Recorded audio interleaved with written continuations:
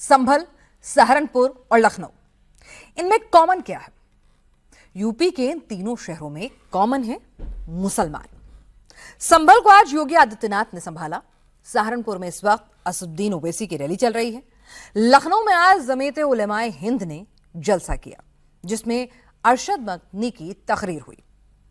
सियासत में दरअसल कुछ भी यूं ही नहीं हो जाता, और यूपी में भी ये सब यूं ही नहीं हो रहा। 6 महीने बाद यूपी का चुनाव है, जिसमें 20% मुस्लिम वोट की दरकार है। 27 का चुनाव ऐसा चुनाव होने जा रहा है जिसमें हिंदू जुड़ रहे हैं और मुसलमान 4 हिस्सों में टूट रहे हैं। यूपी चुनाव का जंतर मंतर, पूरी रिपोर्ट आपको दिखाते हैं। बाबा तीसरी बार यूपी जीतने निकले हैं। बाबा का अश्वमेध रोकने के लिए मदनी और ओवैसी की कंबाइंड फोर्स मैदान में आ गई। जंग बहुत भीषण होने वाली है। इस जंग से 27 डिसाइड होने वाला है। इस जंग में सेनापतियों की लोकेशन बहुत कुछ कहती है। योगी आदित्यनाथ ने लोकेशन चुनी संभल, जहां 70% मुसलमान हैं। ओवैसी ने लोकेशन चुनी सहारनपुर, जहां 50% मुसलमान हैं। और अरशद मदनी की लोकेशन रही लखनऊ, जहां 26% मुसलमान हैं।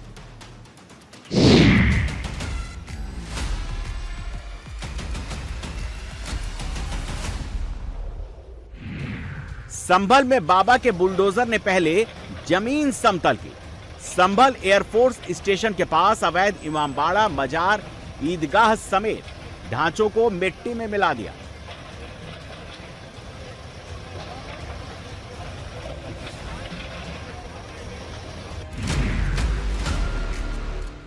इसके बाद संभल की रणभूमि में योगी आदित्यनाथ की एंट्री हुई।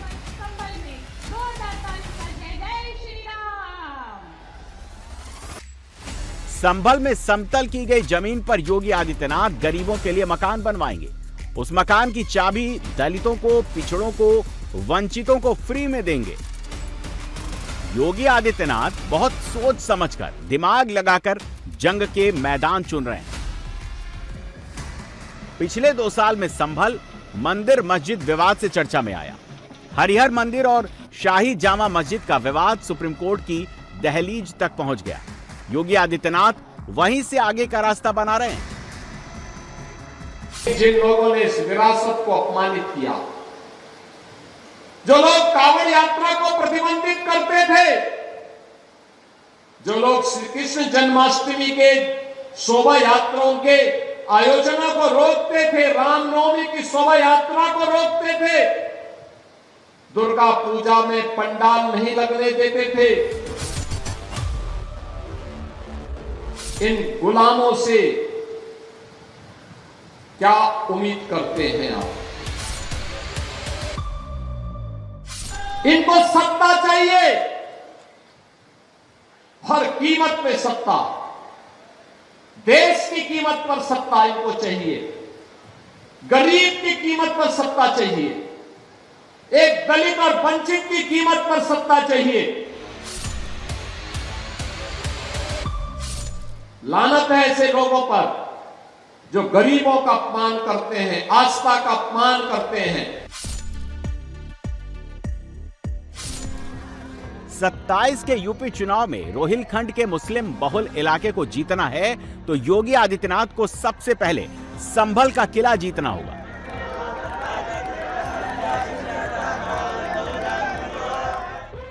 यही रोहिलखंड है जहां से समाजवादी पार्टी सत्ता में वापसी का ख्वाब देखती है।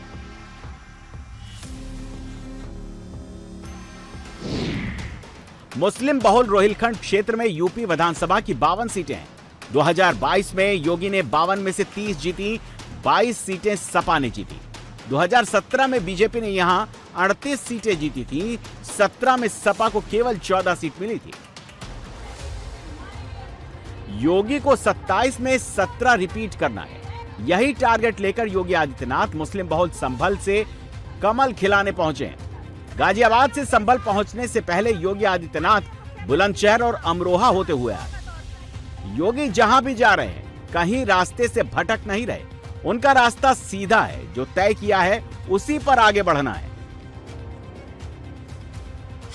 प्रभु राम ने उन्हें इस लायक नहीं छोड़ा कि अब वे कुछ कर सके,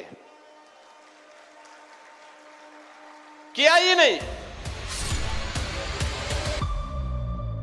जिन्ना के उपासक जो हैं, इन्होंने गन्ना किसानों को भी ठगा है। हम लोगों ने कहा माफिया को मिट्टी में मिलाएंगे, माफिया मिट्टी में मिल गए।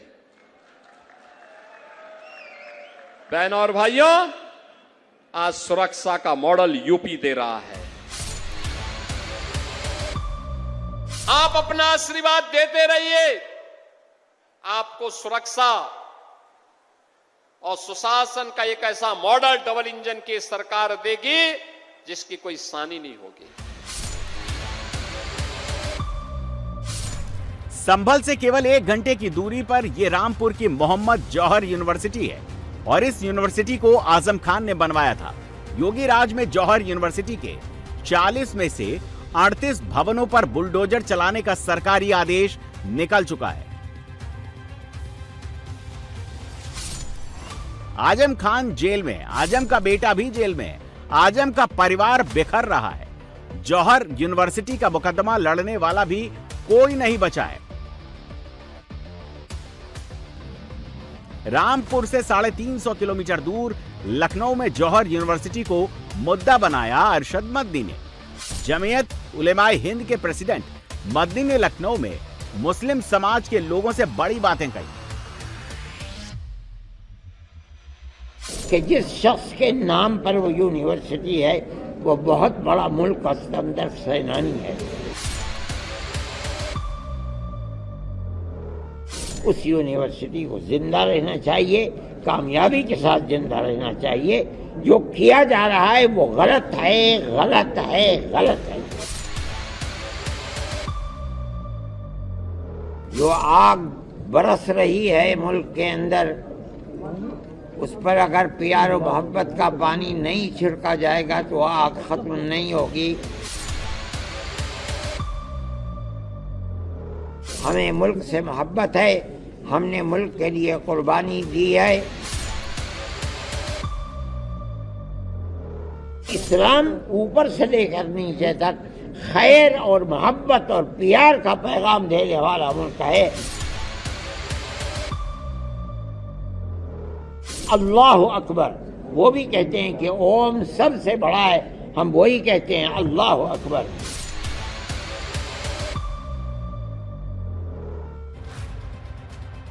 जमीयत वाले मदनी सियासत में नहीं है, इसीलिए वो अपनी बातें पर्दे रखकर बोलते हैं। असदुद्दीन ओवैसी सियासत वाले आदमी हैं, वो अपनी सारी बातें सियासी तौर पर बोलते हैं। सहारनपुर जाने से पहले ओवैसी ने इंडिया टीवी के शोएब रजा से एक्सक्लूसिव बात की। ओवैसी को समझना है तो उनकी कुछ बातों को सुनना और समझना जरूरी है।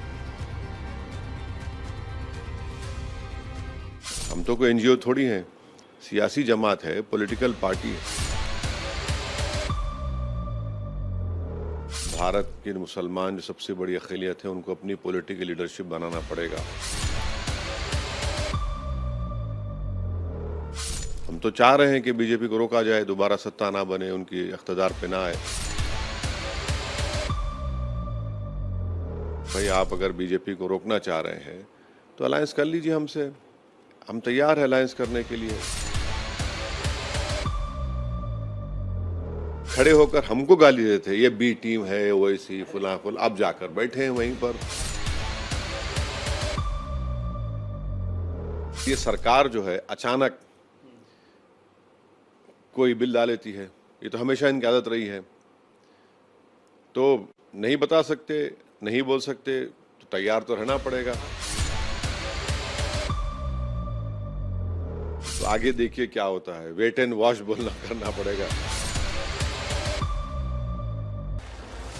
ओवैसी को बीजेपी से लड़ने के लिए मुस्लिम वोट चाहिए, लेकिन मुस्लिम वोट के लिए ओवैसी को पहले सपा और कांग्रेस से लड़ना होगा।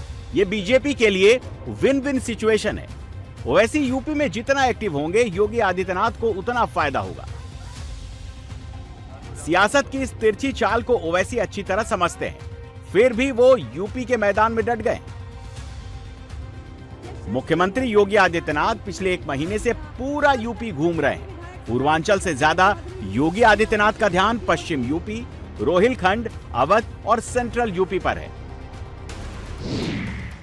पिछले 25 दिन की ही बात करें तो योगी आदित्यनाथ नोएडा, हाथरस, पीलीभीत, मुरादाबाद, रामपुर, बरेली, गोरखपुर, प्रयागराज, प्रतापगढ़, चित्रकूट, बस्ती, अयोध्या, कुशीनगर, उन्नाव, शामली, बिजनौर, गाजियाबाद, बुलंदशहर, अमरोहा और संभल के दौरे कर चुके हैं। जुलाई महीने के 18 दिनों में ही योगी करीब 25,000 करोड़ की विकास परियोजनाएं लॉन्च कर चुके हैं। योगी की गारंटी है कि 27 में सरकार उन्हीं की बनेगी और उनकी सभी डेवलपमेंट प्रोजेक्ट पूरे होंगे। आज एक डबल इंजन की सरकार है तो हम ये कार्य कर पा रहे हैं। क्या ये काम 17 के पहले संभव था? क्या 17 के पहले कोई संभल का नाम लेने की हिम्मत करता था? तब तो एक तुर्क आकर के यहां पे अपमानित करता था, और यहां के देसी मुसलमानों को भी अपमानित करता था। अपनी टोपी को अपनी आंख में लगा करके उनको चिढ़ाने का काम करता था। अपने को बाबर का वंशज कह करके लगातार यहां के लोगों को, भारत और भारतीयों को अपमानित करने का काम करता था। लेकिन अब तुर्क की तुर्कई नहीं चलेगी। अब नहीं चल सकती है। अब तो संबल में वही होगा जो हरिहर मंदिर का आदेश होगा। अब कोई गरीब पे अत्याचार नहीं कर सकता है, किसी दलित की संपत्ति पर कब्जा नहीं कर सकता है, किसी वंचित के वो अधिकारों से वंचित नहीं कर सकता है। और यही तो डबल इंजन सरकार ने किया है। तुर्क और तुर्काई नहीं चलेगी। योगी ने ऐसा क्यों कहा, किसके लिए कहा? सपा के जियाउर रहमान बर्क अभी संभल के सांसद हैं। जियाउर रहमान बर्क के दादा शफीकुर रहमान बर्क 4 बार संभल के विधायक रहे और 5 बार संसद पहुंचे। संभल में वही होता था जो शफीकुर रहमान बर्क चाहते थे। शफीकुर रहमान बर्क खुद को तुर्क बताते थे। जियाउर रहमान बर्क उसी लाइनेज से ताल्लुक रखते हैं। योगी ने वहीं से तुर्क और तुर्कई वाली लाइन ली। दंगाई को पता है कि दंगा करेंगे तो क्या कीमत चुकानी पड़ेगी, और संभल से ज्यादा कोई नहीं जानता है। बरेली में भी एक मौलवी बहुत मचल रहा था, कैसा उपचार हुआ आपने देखा होगा। बहनों और भाइयों, हम लोगों ने कहा था माफिया को मिट्टी में मिलाएंगे, माफिया मिट्टी में मिल गए। दिखाने के लिए योगी के पास काम की भरमार है। 9.5 साल में योगी ने बड़े पैमाने पर एक्सप्रेसवे बनाए, यूपी में नए नए हवाई अड्डे बने, लगभग हर जिले में मेडिकल कॉलेज, अस्पताल बनाए गए। 1 डिस्ट्रिक्ट 1 प्रोडक्ट का सफल प्रयोग रहा। योगी उत्तर प्रदेश में लैंड रिकॉर्ड सुधार रहे हैं, लैंड रिकॉर्ड्स मेंटेन रखने का सिस्टम सुधार रहे हैं। लेकिन चुनाव जीतने के लिए योगी का फॉर्मूला वही है जो 17 के चुनाव से ही लगातार आजमाया हुआ है।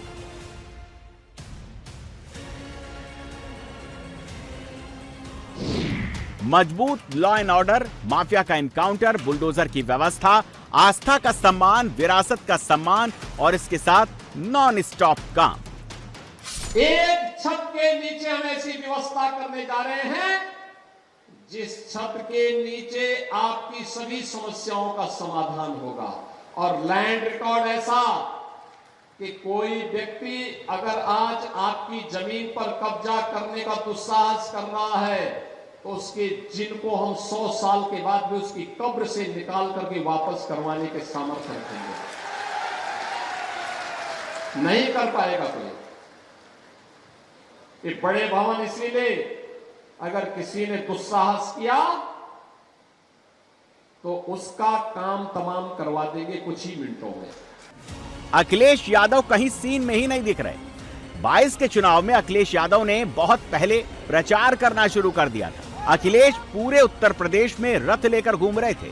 लग्जरी बस की छत पर भी अखिलेश साइकिल चला रहे थे। इस बार ना अखिलेश दिख रहे हैं, ना उनका रथ दिख रहा है। मैदान में दिख रहे हैं ओवैसी। जो यूपी के मुस्लिम मोहल्लों में धीरे धीरे अपनी पैठ बढ़ा रहे हैं। 2022 के यूपी चुनाव में भी ओवैसी ने दांव लगाया था, लेकिन 22 के चुनाव में उन्हें कामयाबी नहीं मिली थी। एआईएमआईएम ने 22 के यूपी चुनाव में 95 कैंडिडेट उतारे थे, 90 पुरुष 5 महिलाएं। ओवैसी की पार्टी को 4,50,929 वोट मिले थे। उनका वोट शेयर आधा फीसदी से भी कम था, 0.49% रहा। सहारनपुर में रैली करके ओवैसी ने अपने इरादे जाहिर कर दिए हैं। वो पीछे नहीं देखेंगे, आगे देखेंगे। कि परेशानी क्यों हो रही है। हमने बिहार के चुनाव से पहले भी हमारे अध्यक्ष अख्तर उल इमान साहब ने ये प्रपोजल दिया था, बल्कि लिख कर दिया था कि आप हमसे अलायंस कर लीजिए। बल्कि उन्होंने कहा था कि हमको आप सिर्फ 6 सीट दीजिए। आप राज़ी नहीं हुए, बल्कि अख्तर उल इमान साहब ने तो बड़ी दरियादिली का मुजाहरा किया कि उस पार्टी को उन्होंने लिख कर दिया जिसने हमारे 4 एमएलए हमसे छीन लिए थे। आप नहीं सुने तो हम अपना चुनाव लड़े वहाँ पर। और फिर उत्तर प्रदेश में भी मैं खुद कहा हूँ कि भाई आप अगर बीजेपी को रोकना चाह रहे हैं तो अलायंस कर लीजिए हमसे, हम तैयार हैं अलायंस करने के लिए। चलिए मिल के रोकते हैं बीजेपी को। अब देखिए वो क्या करते हैं। मगर एक पॉलिटिकल पार्टी को तो चुनाव लड़ना है ना। हम तो कोई एनजीओ थोड़ी हैं कि किसी बड़े होटल में जाकर या सेमिनार हम जाकर पेपर दे दें और ये बता दें। ऐसा तो नहीं है।